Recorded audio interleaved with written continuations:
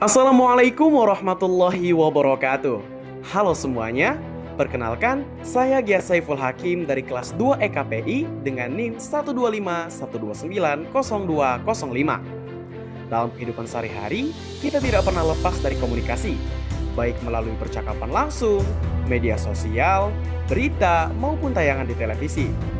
Namun, tidak semua komunikasi yang kita terima bersifat netral, karena seringkali terdapat kepentingan, kepuasaan, dan sudut pandang tertentu di dalamnya.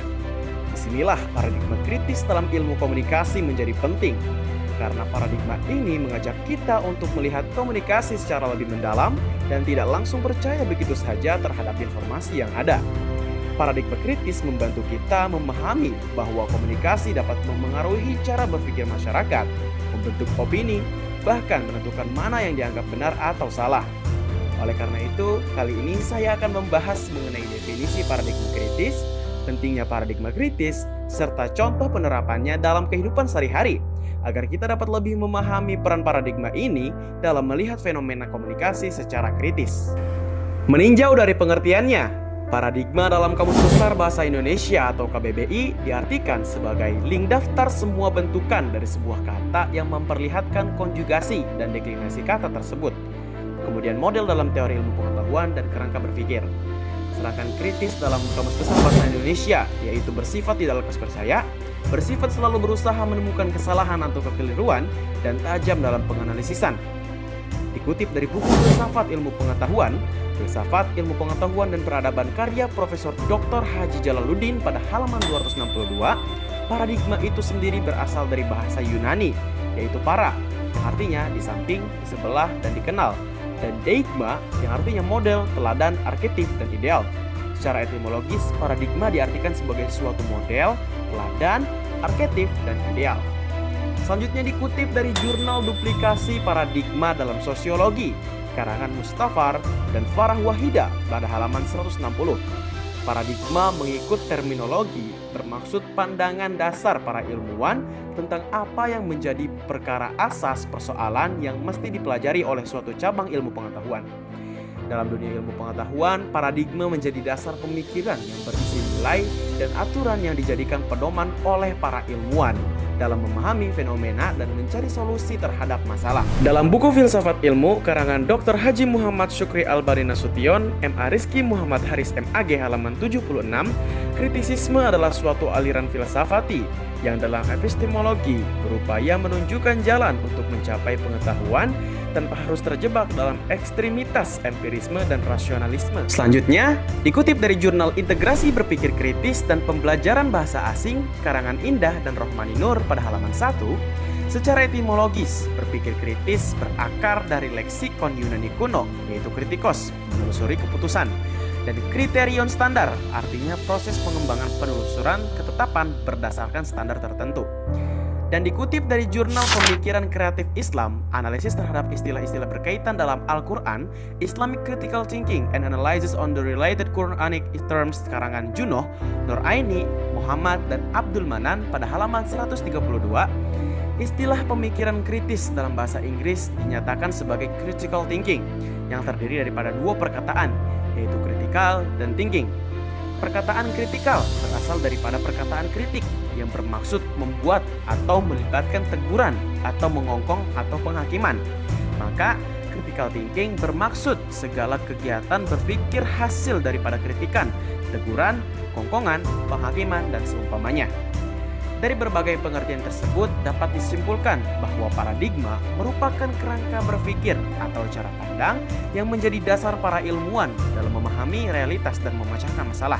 Sedangkan kritis adalah kemampuan berpikir secara tajam, analitis, dan tidak mudah percaya terhadap suatu informasi. Dengan demikian, paradigma kritis dapat dipahami sebagai cara pandang yang menekankan pemikiran mendalam, analisis yang tajam, serta penilaian terhadap suatu fenomena berdasarkan standar dan pertimbangan ilmiah.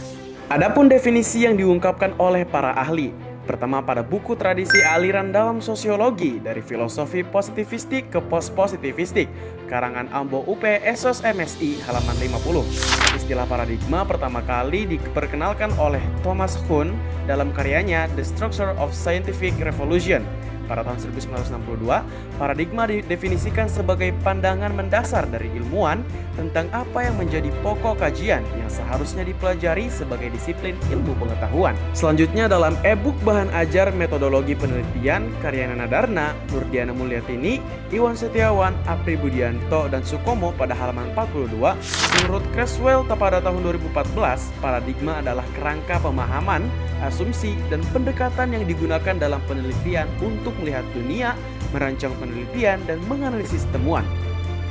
Pada e-book Ekonomi Politik dalam pendekatan praktis karya Profesor Dr. Rahmatullah SPD ME dan Dr. Inana SPD MPD pada halaman 9, Robert Friedrichs adalah salah satu orang pertama yang menjelaskan istilah ini dengan jelas. Menurutnya, makna pandangan dunia adalah sekumpulan nilai-nilai yang membentuk pandangan seseorang sebagai tahap awal cara pandangnya dan menyusun gambaran emosional individu terhadap dunia nyata. Selanjutnya, menurut Cejeritzer, makna pandangan dunia adalah rujukan filosofis atau alasan untuk melaksanakan suatu maksud atau tujuan. Dan selanjutnya itu Egon Giguba. Menurutnya arti dari paradigma adalah sekumpulan keyakinan dasar yang membimbing tindakan manusia dalam kehidupannya. Beralih kepada kritis menurut para ahli.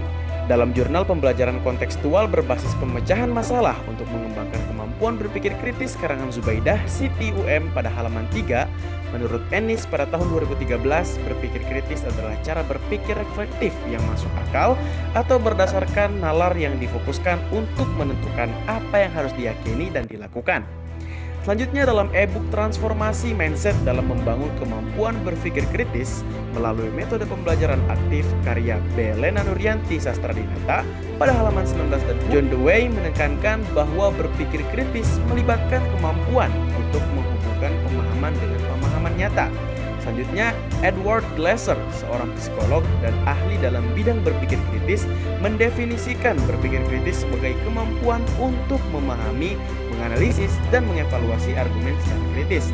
Selanjutnya ada Stephen D. Brookfield, seorang pendidik dan penulis tentang berpikir kritis, mengemukakan bahwa berpikir kritis melibatkan kemampuan untuk mempertanyakan asumsi yang mendasari mengenali perspektif yang berbeda dan mengintegrasikan informasi secara kritis.